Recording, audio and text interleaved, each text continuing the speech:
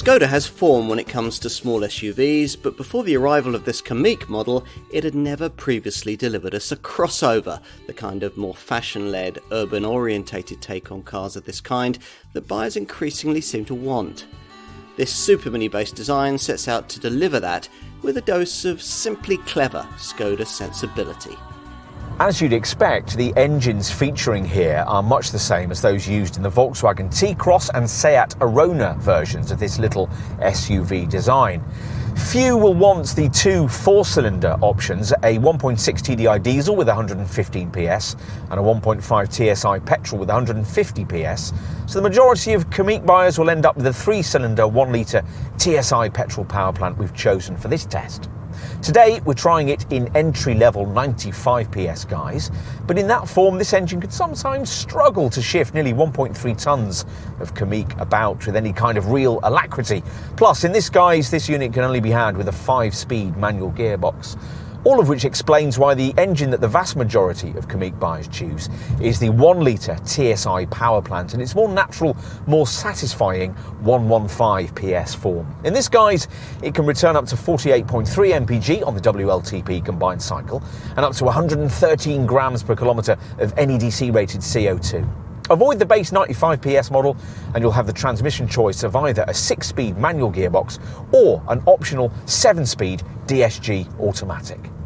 There's not much to be gained by throwing this car about. Like its class contemporaries, it isn't one you'd buy if keen driving was on your agenda. There's not really enough steering feedback for that. It's quite impressive though that during fast, tight cornering, there's not really that much more cornering roll than you get in the brand's conventional small Fabia and Scala hatchbacks, despite this little SUV's slightly higher centre of gravity.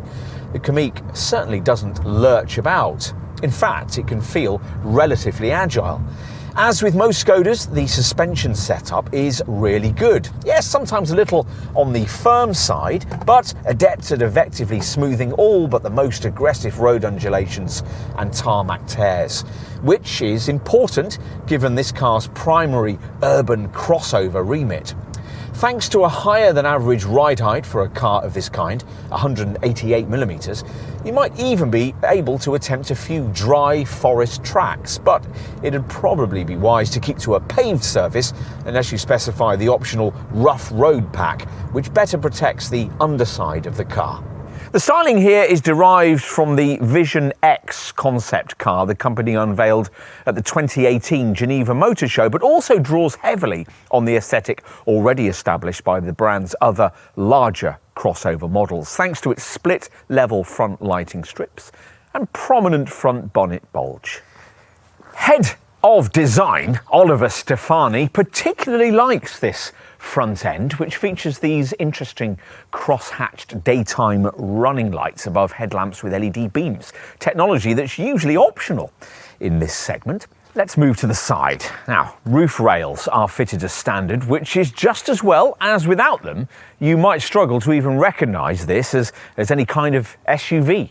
The brand points out that this car rides 39mm higher than the Skoda Scala family hatch it's based upon. Its total ride height of 188mm is actually one of the highest in the segment, but there's no body cladding or wheel arch protection to draw your attention to the fact. As usual, what's more important is the stuff you can't see. Yes, this Skoda shares the same MQB A0 platform that you'll find underpinning its Volkswagen T-Cross and Seat Arona segment cousins, but in this case it's been stretched by quite a lot.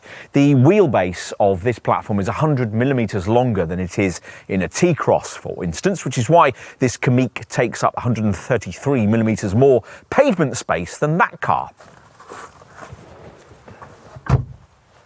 Let's take a seat at the wheel. A driving position which isn't especially commanding, but does place you 40mm higher than you would be in Skoda's more conventional model at this price point, the Scala family hatch.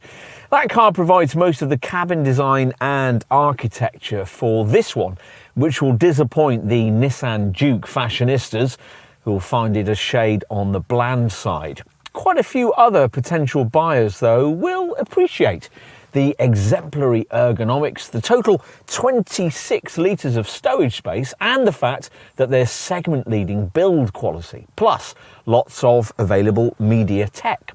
Most models come fitted with an 8-inch glass-fronted Bolero centre dash infotainment screen with the usual smartphone mirroring functionality. Pay more or specify top spec trim and you can get this centre screen upgraded to the 9.2-inch Amundsen package we have here, the largest display in the segment. It incorporates 3D navigation, a 64GB hard drive, gesture control activation, an optional Wi-Fi hotspot and a digital assistant that Skoda calls Laura, which claims to be able to understand natural speech.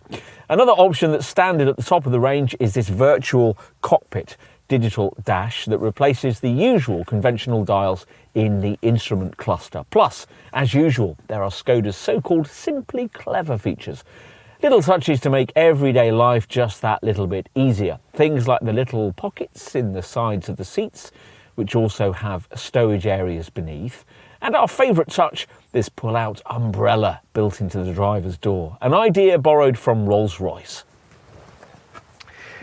Time to take a look in the back, and this, we're told, is where that lengthy wheelbase we referenced earlier should really pay off. So let's see.